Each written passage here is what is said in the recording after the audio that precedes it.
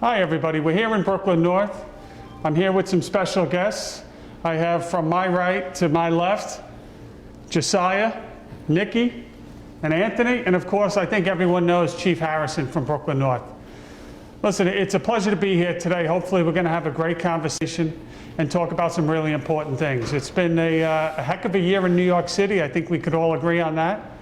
And when you look at all we've gone through this year, and you look at the end of the year coming up and what lies ahead, I think it's a great opportunity to sit down, talk with some of the young people that actually live in, whether it's Brooklyn or Queens or any other borough in New York City, about what are they seeing? What do they feel? How do they view their police department? And how do we move forward, keyword, together? So with that, I'm going to turn it over to Chief Harrison, and then we'll get the discussion started. Thank you, Commissioner. Good afternoon, everybody. I'm Assistant Chief Judith Harrison, the Commanding Officer of Patrol Borough Brooklyn North, and I'm excited to be here with these young adults to take advantage of a conversation that is very necessary. When I walk around and I speak to people, I often say that policing isn't something that should be done to you. Policing is something that should be done in conjunction with you. So as such, it's very important that we sit down and we hear you. So I'm looking forward to honest dialogue that is open and transparent, because that's the only way that we're really going to get together to identify ways in which we can effectively engage our youth. Thank you.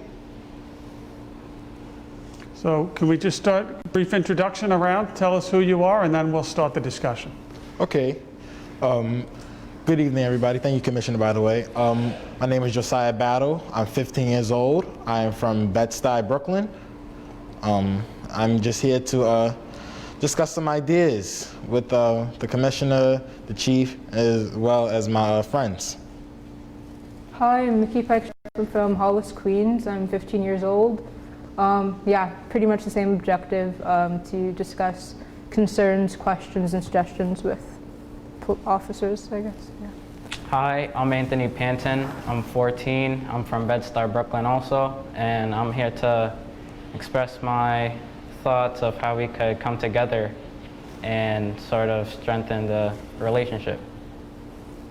So I'm going to kick it off, and there's not too many rules today, so that's pretty easy. Let's just have an honest discussion, and we'll try to give everyone an opportunity to speak, and just jump in when you have something to say. What I'll start with is, I'm the police commissioner today. I have about 30 years with the police department, but I wasn't always the police commissioner. I started out as, graduating from college and became a police officer and walking around the streets. And at the time, for me, it was the Bronx. And I think that no matter where you are in New York City, people have different ideas about policing and see different things and feel different things. To me, growing up, I looked up to policemen, and I thought it was something that was respected, and I viewed them as people that keep me safe. But if we're having an honest conversation here, everyone has different ideas about policing and what police officers mean. And here in New York, that's what I'm worried about, right? As the leader of the NYPD. So anyone, well, what do you think? When you hear policing, police officers, or you see a cop in your neighborhood, what does it mean to you? Who wants to jump in? Discomfort. Well, that doesn't make me happy, Nikki, but you gotta give me more than that. Discomfort? Tell me why. I guess with a mix of media, not necessarily personal experiences, but community experiences. And yeah, pretty much a culmination of the two things have created my connotation, like perception of the police.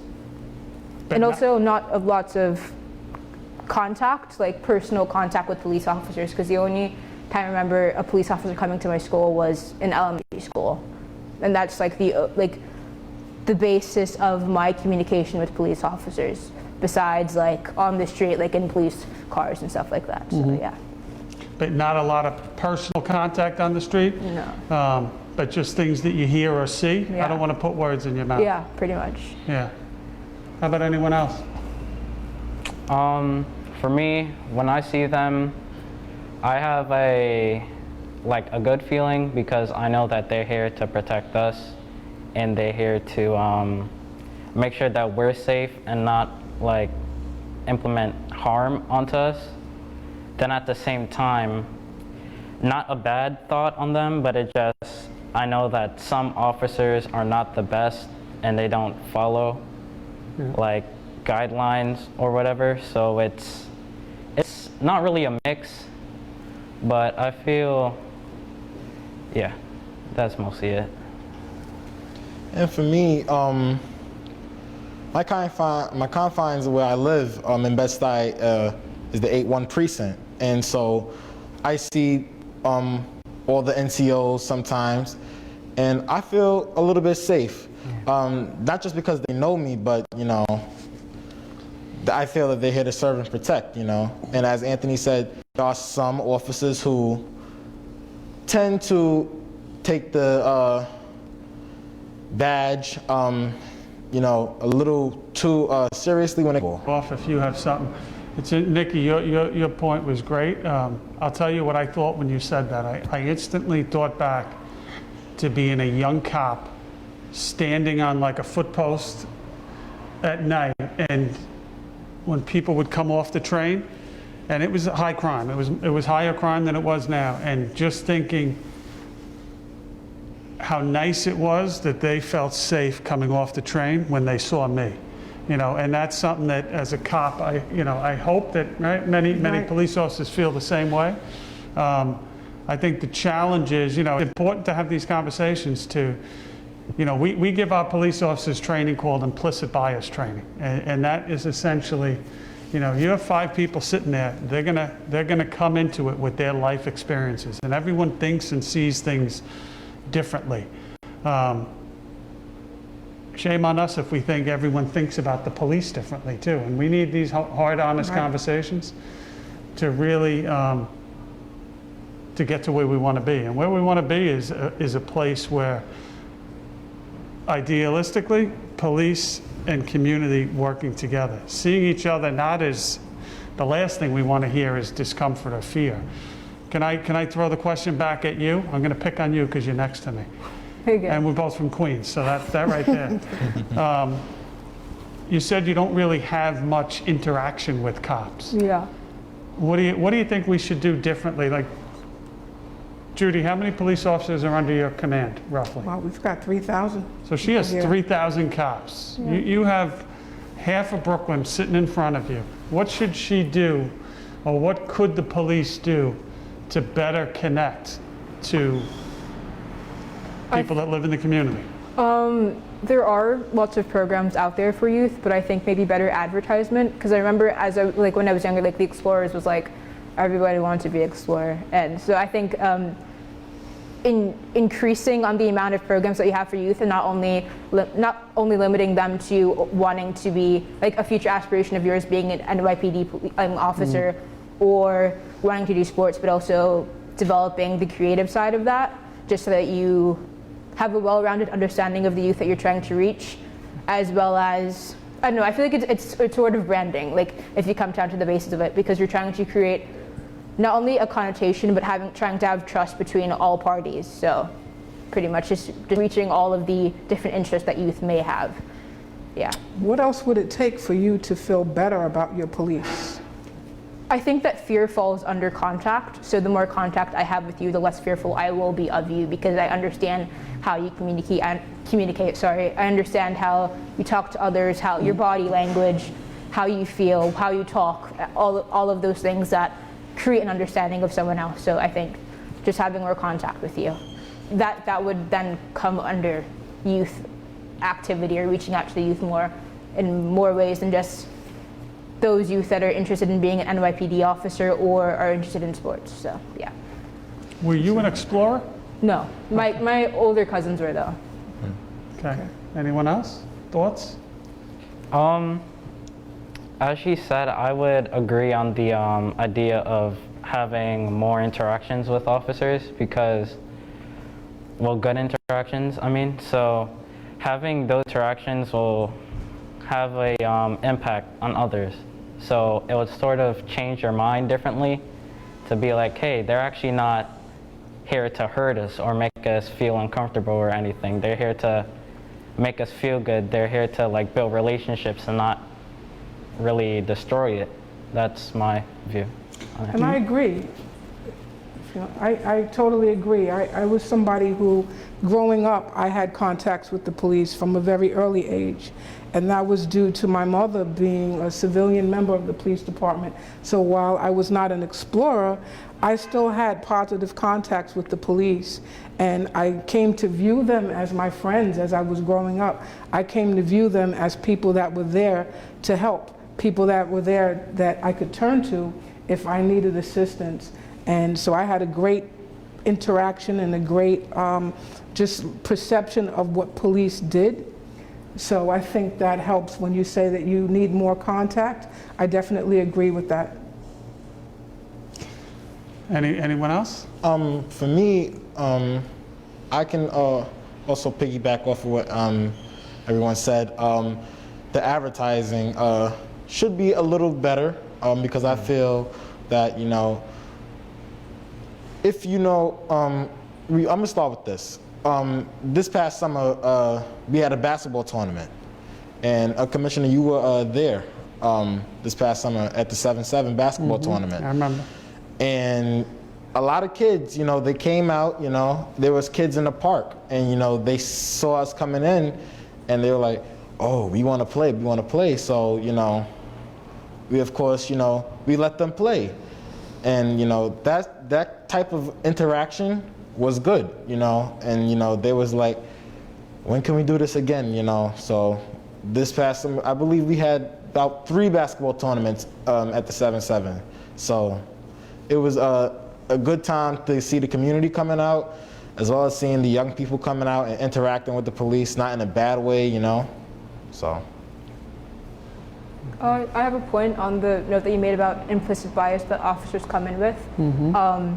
I think with implicit bias, it's a conversation of explicit bias versus implicit bias, because the contact that civilians are going to have with police officers are not only based off of their own opinions, but off of the environment in which they live in. So it's not, even if I'm not physically in that place or I don't live in that bar, I still see it on the news. So it's gonna create another connotation I have on top of the layer or like the perception I already have of the police. So yeah, that's all I had to say. Yeah, well, that's a lot to say, and I agree. And it may be things that happened in your neighborhood. It could be things that happen maybe across the country too, right? Yeah, I agree with all that. Josiah, you mentioned earlier NCO, and for anyone watching, that's a neighborhood coordination officer. Something that we put into place a couple of years ago, and it was intentionally to put the same police officers in the same area and get to know people. I think that's a positive. I'm just wondering, you know, do you know, in your local precincts, do you think you have a relationship with any of the police officers? Do you know any of the police officers? Absolutely. You know, the police officers, you know, sometimes I may stop by, you know, just to check on the police officers, see how they're doing, you know. They have a good relationship with me, I have a good relationship with them, you know, because at the end of the day, I understand, you know, police officers are human. You know, not everybody is perfect, you know, so, because at the end of the day, you know, you're not in the uniform 24/7. You have to take it off at some point. So, you know, I understand where a lot of people are coming from, where sometimes officers can be, you know, racist, but, you know, sometimes it's just the stress of the job, and, you know, sometimes they wouldn't necessarily understand how to release that stress without getting mad at somebody else, because a police officer can be mad, you know, about something that happened at home, comes into work, still brings that same energy. So, you know, and that's something that shouldn't happen, because, you know, you never know what somebody could be going through. And that's why I do stop by and just check on officers, you know, see how they're doing, you know. Well, thank you for doing that. I appreciate that. You stopping into one of the precincts in Brooklyn North, but what I hear you saying is displaced anger. Yes. And sure, you're absolutely right. When we go home, we take these uniforms off, and we are who we are. We're part of the community. We're definitely part of the community, and we're parents, we're grandparents, we're husbands, wives, partners. So we're certainly not police officers 24 hours a day. And we're, like you said, we're not perfect. But again, these conversations are very important because it brings to light things that we need to change. It highlights areas in which we can get better. And I think those things are all really towards the common goal of really building trust. Nikki, I'm gonna think about what you said probably for hours tonight. When you started out and you said you haven't really had a bad action yourself, Yeah. but then did you use the word, what was the word you said? Distrust? Discomfort. Discomfort. Yeah. It's like a chilling word. So with going back to that, because I Yeah. think there's a lot there to talk about. You haven't had anything bad, but you're a smart young woman. I'm incredibly impressed by just listening to all of you talk. And you see things on the news, and like everyone else, you're absorbing information. And you see that police officer, and you think discomfort. And like that is, Judi, right? That's exactly the obstacle That's what we're that we trying to get have. away from. And when you talk about, there's a lot of things going on in New York this year, and we have, hopefully COVID getting put out to pasture soon, and people are going to get vaccines, and we'll put that behind us. But we still are in the greatest city in the world and still want to really connect a little better and really think about, we do a lot of things good, but what can we do better, and how can we change that mindset? So we gotta really drill down on that. You mentioned explorers, but not everyone wants to be an explorer. Not everyone wants to be a police officer. Maybe it's beyond police, but like, how do we tackle that? And here's what I'll say to you. So that when a police car drives down the block, what does everyone do? They usually watch the police car. What are they here for, right? Yeah. We want to get to a point where the police car pulls down the block, the police officers get out and they walk up and they start talking to you and say hello. And what does all of us have to do to change that narrative? Because there's nothing we can't do. It's up to us. So what do you think about that, or anything else? You could go. All right. You're saying how we could fix that problem, or how we could switch that into a better, positive way? Well, do you agree with that, or you think a different way? And because if that's the case, I think that's a problem. How would we fix it? Yeah. I think that, like what you're saying, if a car comes down, police car comes down, they come out and just start speaking. I feel like if one of that interaction could happen, and it doesn't have to, someone doesn't have to record that, it could possibly raise awareness in the community, and then it raises everyone's thoughts on everything. So if just a random time, someone, an officer comes out, speaks to you randomly, and sets up something, I feel like that could sort of, when the person goes back inside and thinks about that, they will feel wow, they're trying to not make me feel uncomfortable, but they're trying to make me feel we're here to be, trying to find the word, we're here to be human, what you're saying, what Josiah was saying. They're not in the uniform all the time. They get off at some point, and that's a good point. So even if an officer could come off duty, come speak to you, that will raise a nice awareness in the community, and then it'll go up. Does anyone here have police officers in their family? Just curious. Yes. Correction. You do? Corrections. Yes. Okay. Traffic. A traffic agent? Okay. Interesting. Okay.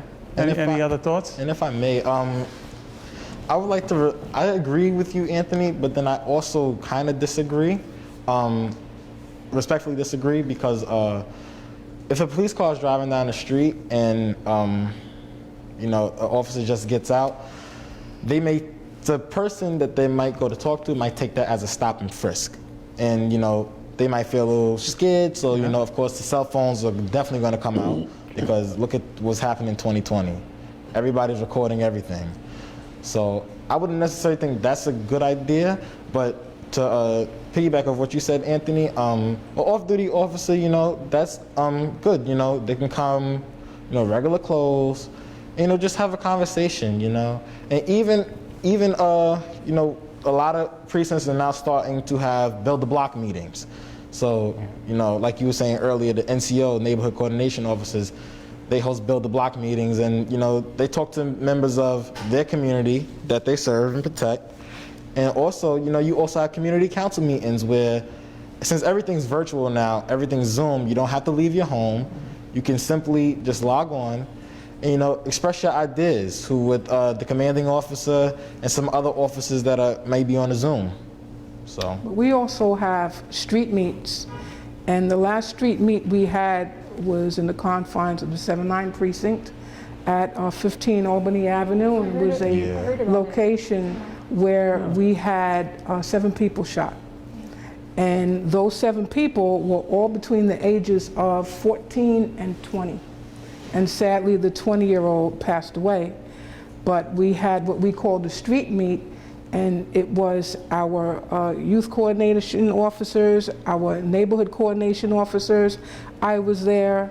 There were members of community affairs there, people from the community, youth, and it was exactly what it sounds like, a meetup. And we stood around almost in a semicircle and we talked just like this. How do we come together? How do we engage the youth? How do we keep the youth from going into gangs and going down the wrong path? How do we get them back? What kind of resources can we offer to make you employable, to help you get a GED, to make you see value not only in other people's lives, but in your life, so that you do things differently? So that's another thing, and I know you were there, Josiah, as part of that street meet, and you spoke so eloquently. So again, thank you. And again, that would be something that, you know, we would really like to hear from young people, just your ideas. Come together and talk to us. What are you thinking? What do you need from your police? We work for you. We are your police, and we want to serve you, but we also want to work with you. And that's why this is so important, because it's us together talking about ways in which we can move forward together. Based off of, I don't remember who said it, but it was, someone used the word human, and I think they said that police officers take their uniform off at the end of the day. And I agree, but at the same time I disagree, because wearing the uniform increases your humanity. You're there to serve the people, obviously. You're being, the very essence of that is human. So I think it's emphasizing your humanity as an individual, but I don't think that currently that's what the uniform represents for all people. I also have a question. How are you involving, or how are you connecting to communities who do not want increased police presence? Great question, great question. We're there in the community, and what we always try to do is engage people. Very important part of the Neighborhood Coordination Officer program. It's about us being in the community, being part of that community, not just coming when there's a 911 call. Just being in that community and being a resource. So that's what we do. We do that every day.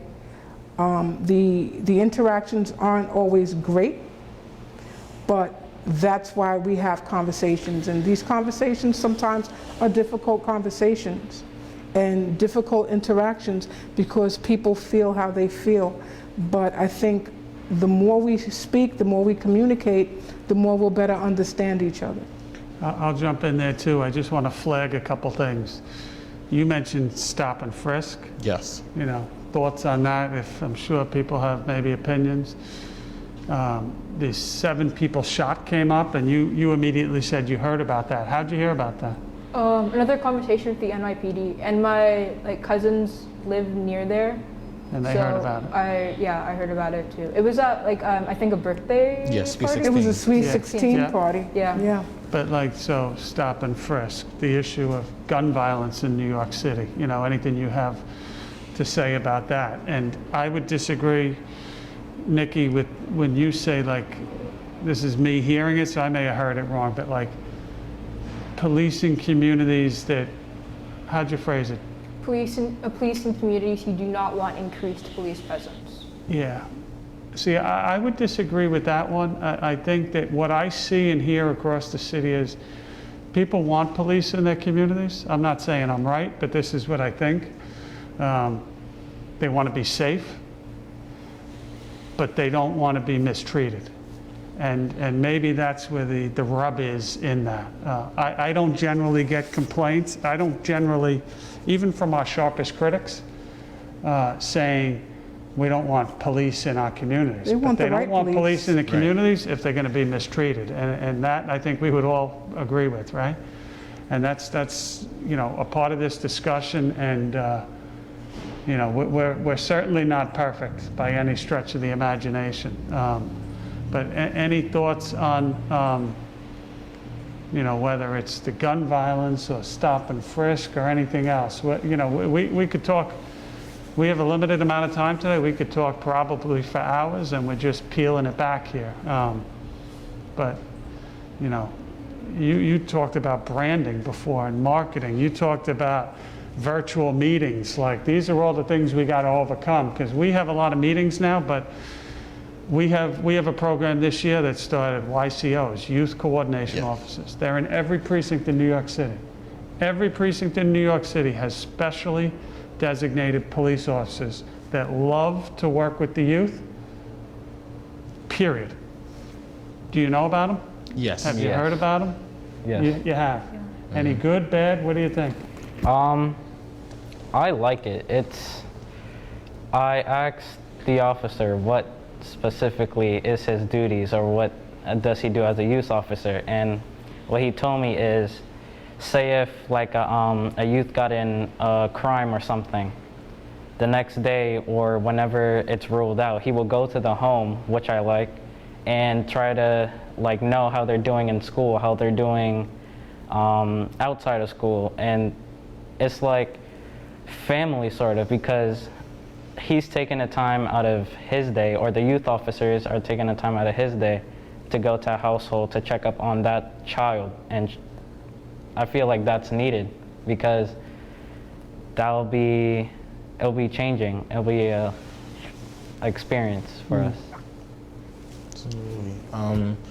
I can agree, Anthony, that the youth officers, they're really good.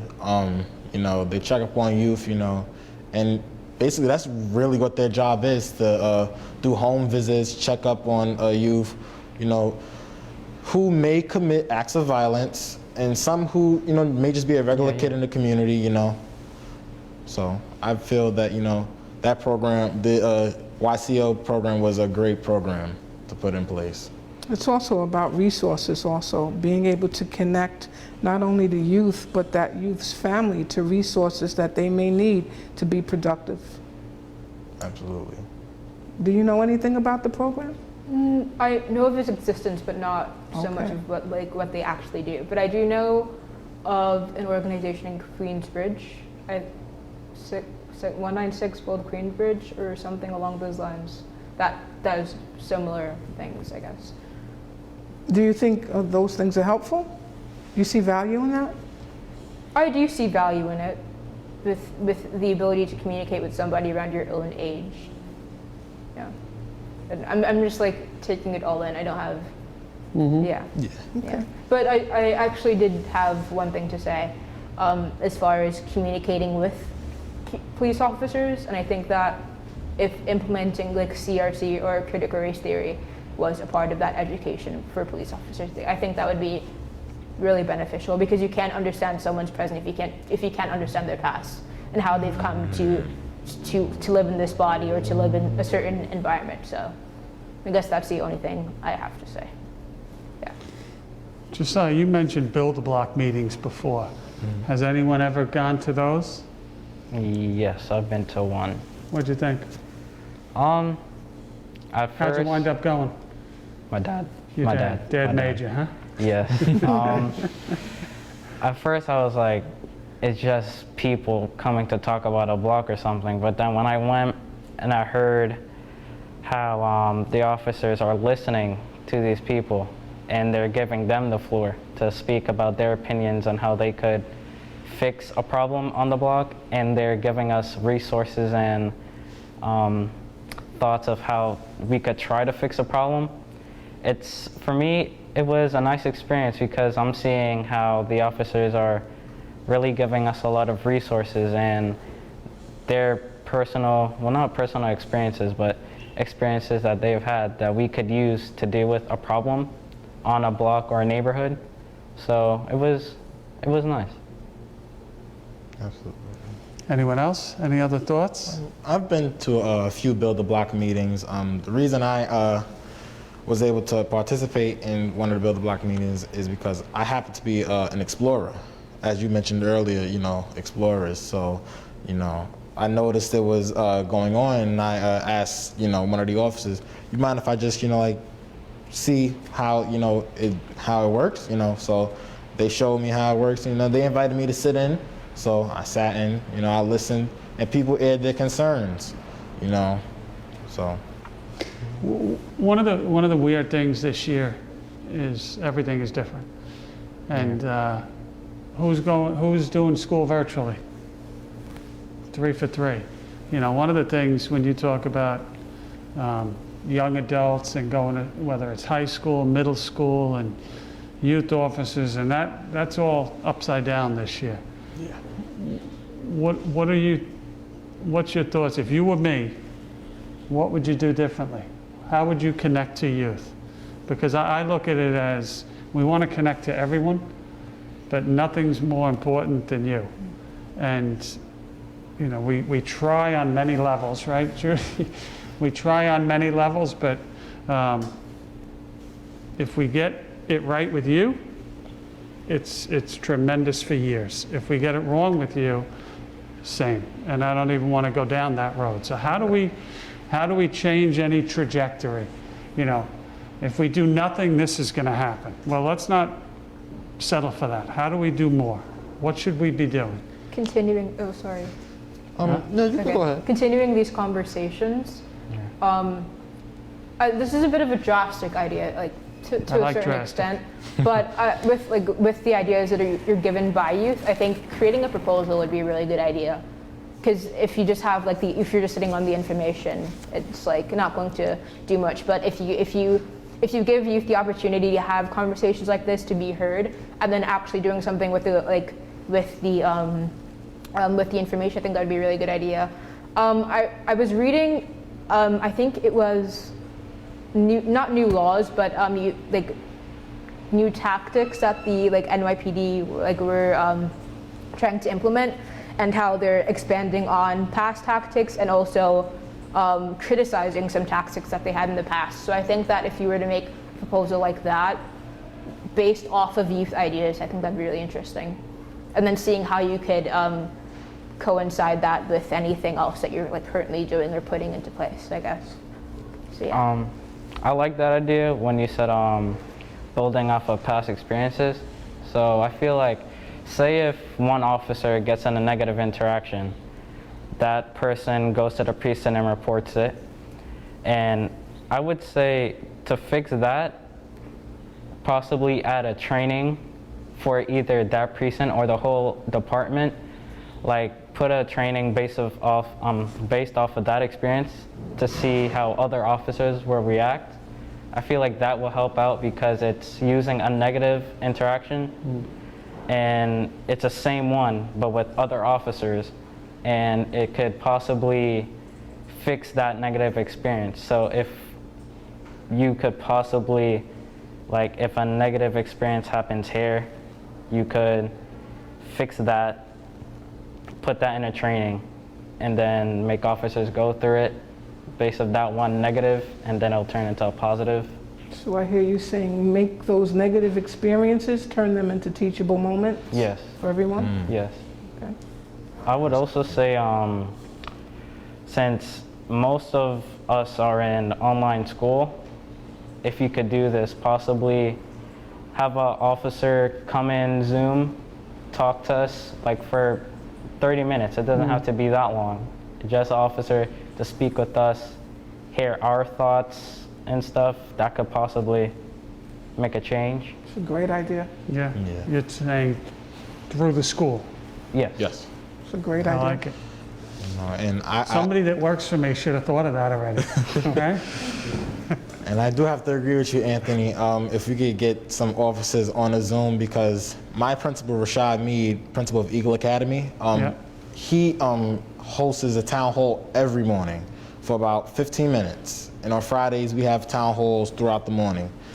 And, I feel that, if the officers reached out to the school and talked to Principal Mead, then he could allow them to come on, and officers, the youth officers, they're in a perfect place because you're in a high school where there's youth. So then you could talk to us and just let us know certain things, that we could do, or, Okay. sign up for Principal Mead, if you're watching, we're going to reach out to you, so Yes. get ready. On the idea of schools, I think also not only like NYC public schools, but also religious schools. Because there is some distrust between religious communities and the NYPD. And on the note of like religious communities, I guess, how does the NYPD go about reporting hate crimes? Because I was on the website the other day, and this may or may not be true, or there may have been like some miscommunication, or I think the way that the religions were like put out, or just the hate crimes in general, some of it was a bit vague, and I wasn't really sure like what was what. So just want to know like how that was reported. You're talking about the NYPD website? Yeah, for hate Yeah. crimes, yeah. So, I mean, we take them very seriously. We have a unit that investigates them. And anytime there's an incident that gets referred to the NYPD, it'll go right, and it funnels essentially through to the hate crimes unit, and they'll investigate it. They'll determine, usually what it comes down to is something happened. So somebody was punched in the face, or somebody hit somebody's car with their car. What they're looking to determine is, we know that happened. Did the person do that act specifically motivated by hate? And that's not always easy to determine. We know the assault happened. We know they called them, spit at them or did some despicable thing, but the why. So if it's two people online at a store and they're standing there for 20 minutes and somebody bumps somebody, or they're fighting over a parking spot, and then it escalates into something else, maybe it was more about the parking spot than anything else. I think they do a very good job. They work with prosecutors in every borough, and ultimately they make the determination at the end so that we have consistency. It's not like everyone across the NYPD making their own rules here. It's one unit making those rules. And if it is, and if there is an arrest made, the penalties are substantially higher, because really as a society, we take that very seriously. Like, no one should be afraid. It's bad enough crime, and we worry about victims all the time, but no one should be afraid to walk out of their house because of the color of your skin, or because of, I have a boyfriend, or, and not a girlfriend, or I'm going to a temple and not a church, or not a mosque, so those things are treated seriously. We do post the statistics online. I mean, we can follow up with you if you have any questions. But you made me lose my train of thought. I had something I wanted to say. Who else? I got it. On that note, do you guys ever outsource? Because with the trust that the NYPD is trying to form, it has to transcend all communities. So do you guys ever outsource to community organizations that do keep track of that information, if there is any, if all the information has been relayed to the NYPD? That's a great question. The answer is yes, not totally though, not perfectly. Like in terms of anti-Semitic crime, you may have Anti-Defamation League or somebody else having statistics online. It doesn't always match up, you're right. Because we have a set of rules, we publish them, but we do work closely with other groups. Sometimes we get complaints from other groups, but perfect, seamless with a million different groups, no. We probably could do better. You mentioned trust, and I just want to throw this out there. Do you think the NYPD, from your view, or what you hear, and there's no wrong answer here, do you think we're fair to people? And you can give a couple different answers there. You can give a general answer, or maybe, all right, maybe you're fair. Do you think we treat all people equally? Or anything else you want to talk about? If I could say, I think it's a little bit of fair and unfair. A little bit of both. So you're going to be a lawyer? Huh? You're going to be a lawyer then? Yeah. Reason I say that is because, you know, let's say, you know, somebody is committing a crime, you know. The officer sees it. You know, of course, you know, they're going to step up to the person who's committing that crime. They're going to say something to them. And, you know, that person may seem like, oh, if I was a white person, if I was Caucasian, I wouldn't, you guys wouldn't be stepping up to me. But because I'm, you know, in black, you guys are stepping up to me. Yeah. And sometimes, you know, that's not always the case. You know, because I don't like to use the word racist, but unfortunately, we do have some racist officers. And, you know, so people sometimes, just by the color of their skin, are treated differently. Mm-hmm. And that's a problem. And that's a problem that should be fixed. Because, you know, like you said, I'm pretty sure you don't want anybody to feel unsafe in New York City, especially when it comes to the police. Because who do you call when you have a problem? Who do you call when, you know, there's shooting? You call 911, they send police officers. And you don't want to feel unsafe when you see those officers arriving to help you. So, yeah. Nikki, Anthony, what do you think? You think we're fair? So there's a lot of officers that are fair, and there could also be a lot of officers that are unfair, and that could all be based off of what they hear going around, and then they might want to be like that, and then they go on the unfair side, or it could be the other way around and go on the fair side. So for me, I feel for the most part you guys are fair, but it depends on the problem that's happening. Yeah.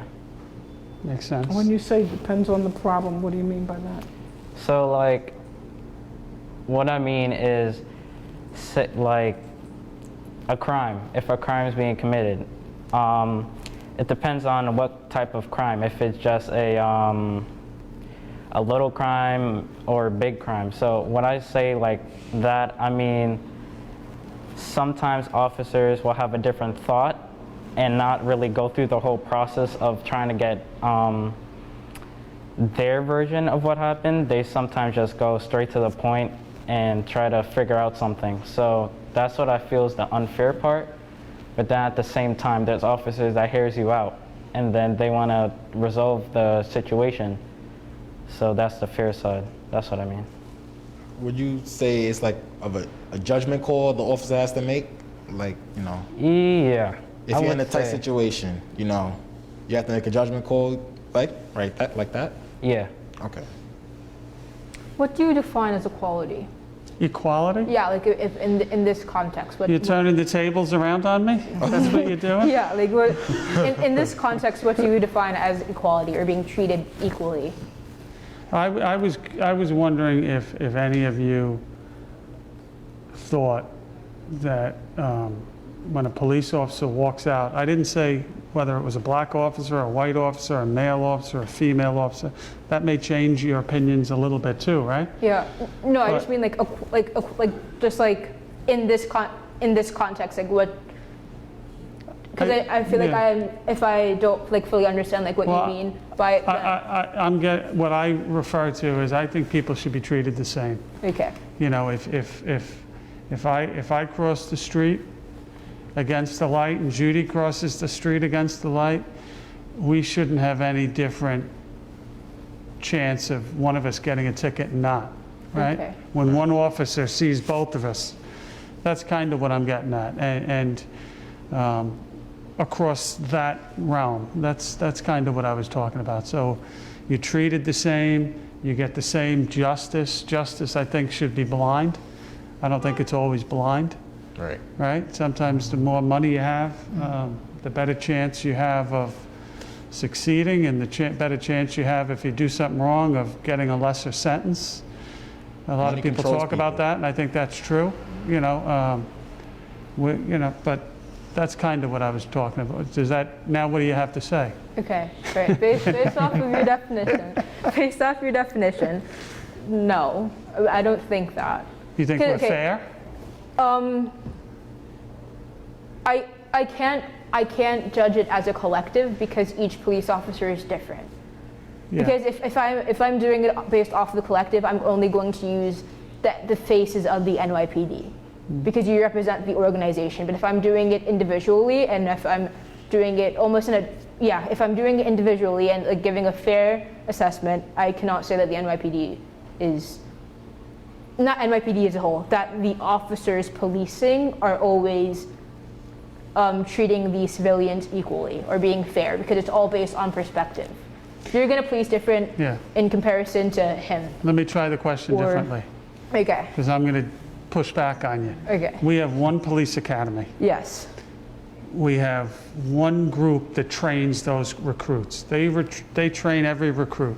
Yes. No matter where they come from different countries all over the world, men, women, black, white, Asian, Hispanic, 70 countries, 70 languages is not uncommon for one class to speak. So it's very diverse. And they're taught, I guess for here, I would say like in a colorblind way, where we don't teach officers differently. It's one set of rules. I think there's always, you're right. I think, like right now, there's a class of 900 in there. I think it's human nature that you're always going to get outliers and somebody treats somebody differently, although it shouldn't happen. But as a general rule, I guess is what I'm saying. Do you think cops treat people fairly? Because there's always going to be one that, oh my goodness, that officer went above and beyond and is exceptional and did a million things and is going to get awards. And there's probably going to be somebody that is on the other extreme too, but generally speaking. I don't know. I feel like it's not so binary.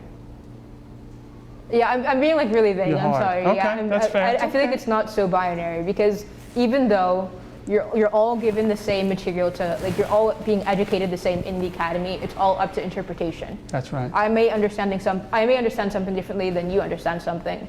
And then furthering that, you brought up implicit bias in the beginning. So that's also going to play a role. Whether it's treating somebody unfairly in a very minuscule way or on a larger scale, it's still treating someone unfairly. Can't argue with that. Yeah. Great point. And sometimes the perception is not the reality. Yeah. Right? Yeah. What else? Any other thoughts? Commissioner. It's been a crazy year. Yeah, it has been. Yeah. Earlier you were talking about gun violence. I And did. I feel like that has been a major problem in 2020. And so I want hate to to stay vague here, Josiah. I don't want to talk about like individual things or people or groups, but so stay vague on it. Okay. But go ahead. I'm just saying, something has to be done. Because, it's bad enough COVID is killing everybody. The last thing we need What is... should we do differently? What should we all do differently, not just the police?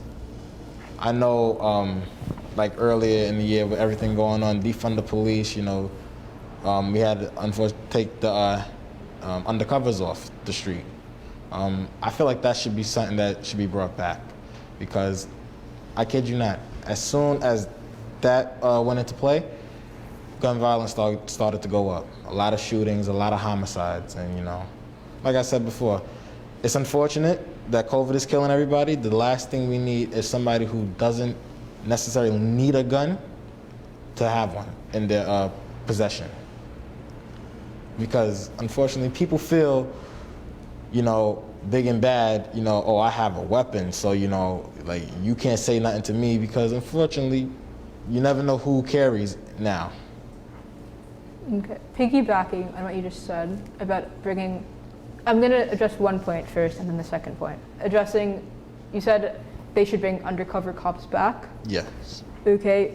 I disagree with that because this conversation is on the basis of trust, and you can't truly form trust if you need to have undercover cops, because that means that the basis of your relationship is based on not trusting people. And then with gun laws, I don't think anybody should have a gun, honestly. Well, not so that extreme, because there obviously are certain instances where that may be needed, but if no one has a gun, actually no, scratch what I just said, that was really contradicting. But I just don't think people should have guns in general. So I guess, yeah, that's my only point. What do you think, Any other Anthony? thoughts? I'm really just taking this all in because it's all points that needs to be heard, and it's very important because I feel like guns aren't really needed as they're supposed to. So some people, as the one law with like the BB guns, they're not allowed in here in New York, but actually no, they are in some parts, Shouldn't have a but- BB gun. Yeah. Yeah. But I feel like if that law could sort of be implemented into places with high gun violence, because that will sort of maybe kick down the violence and it'll help everyone out as a community, because it just makes people feel different when they have a weapon on them or a firearm on them, that they could do something that a regular person without a firearm can't. On the topic of guns, I think it's more of a federal issue as opposed to like a statewide issue.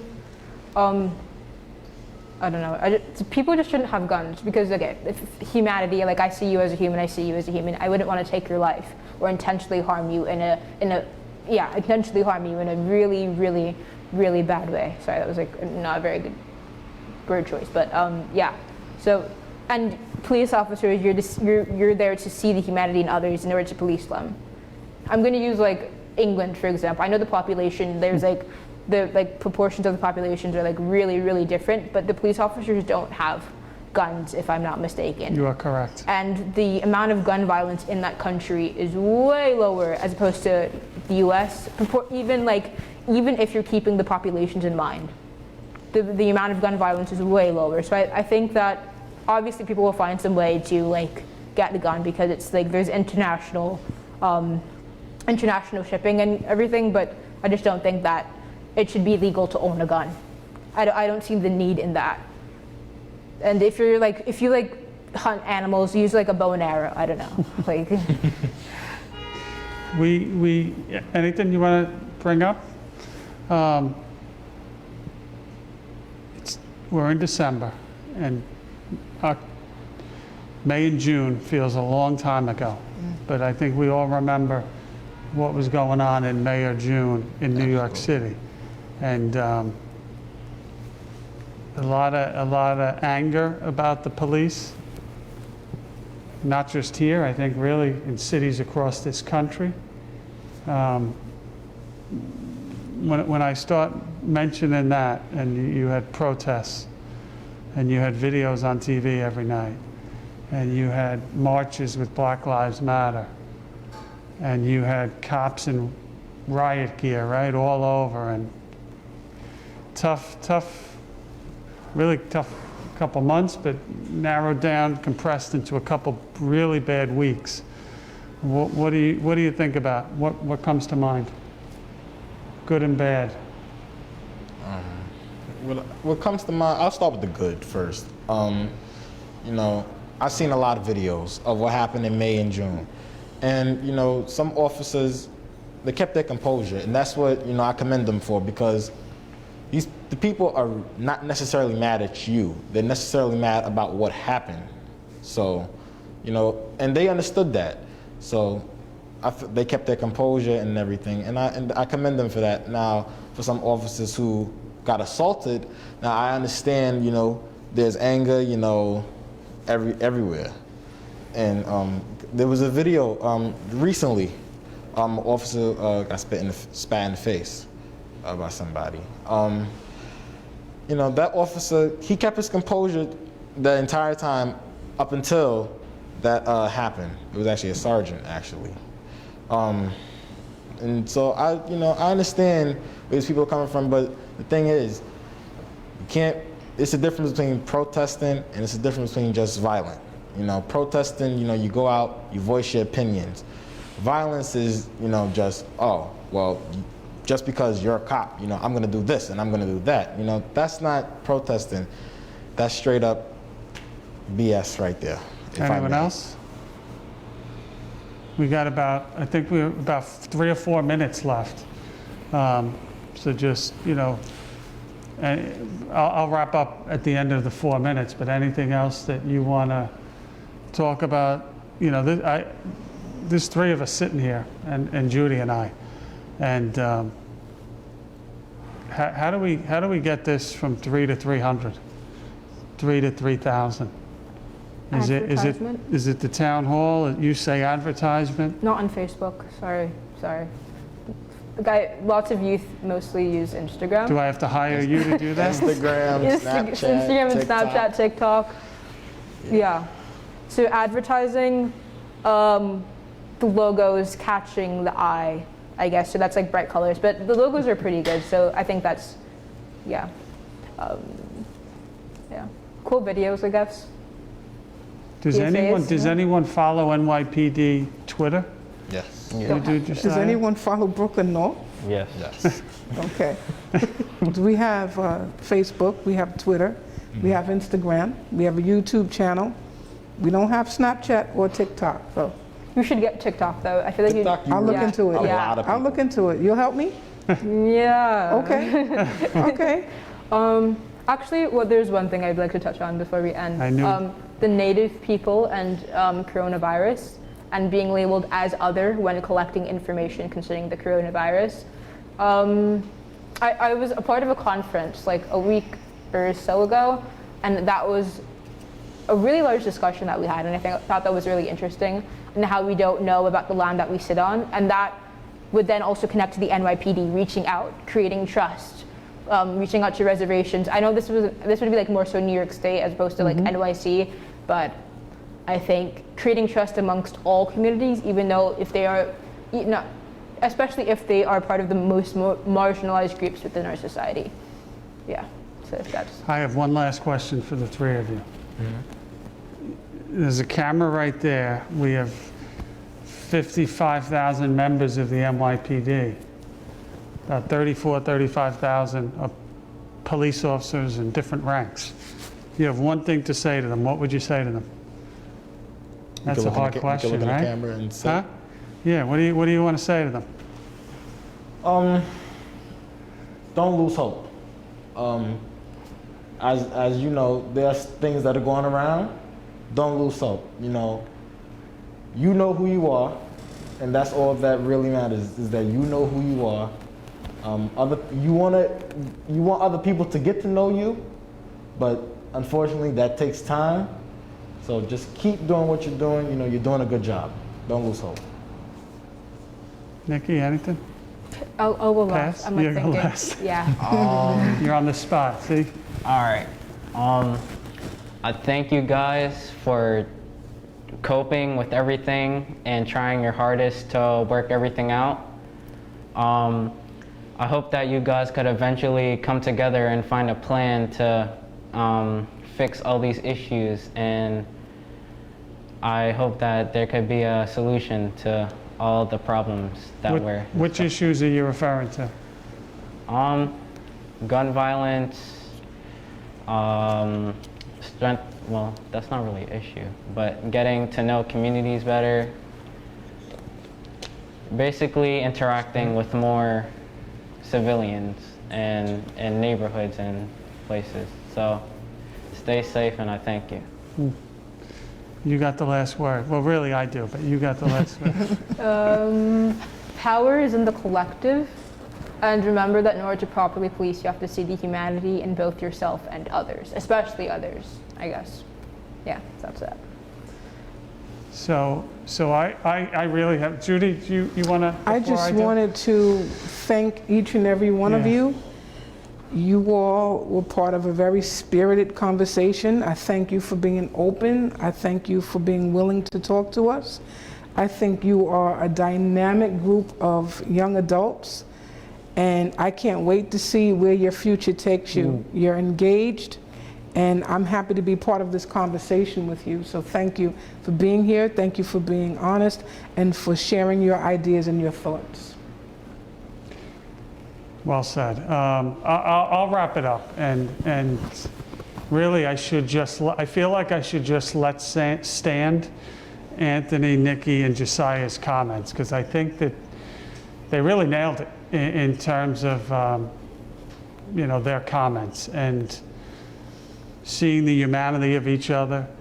And I appreciate the kind words of everyone towards the officers, and you brought up the piece about community, and that's why we're here. We are embarking on a journey here that really never ends. We have a lot of work to do, but when you look at, I have the privilege of leading this agency at this point in time, and it is a tremendous honor. But it's also, I'm not afraid to say, we're not a perfect agency, and we can do a lot better. So as we move forward together, that's the key word, over and over. And seeing each other, and when you started out and made the comment about your unease, that's what we all have to overcome. And when we kind of get to a better place there, I think we're going to see magic happen in 2021. But it's going to take all of us working together, and it's going to take many, many more meetings like this, and talking and seeing each other and hearing each other, and most importantly, listening to each other, so that when those interactions do occur, it's not a person in a uniform, it's two human beings. So thank you. Merry Christmas, Happy Hanukkah.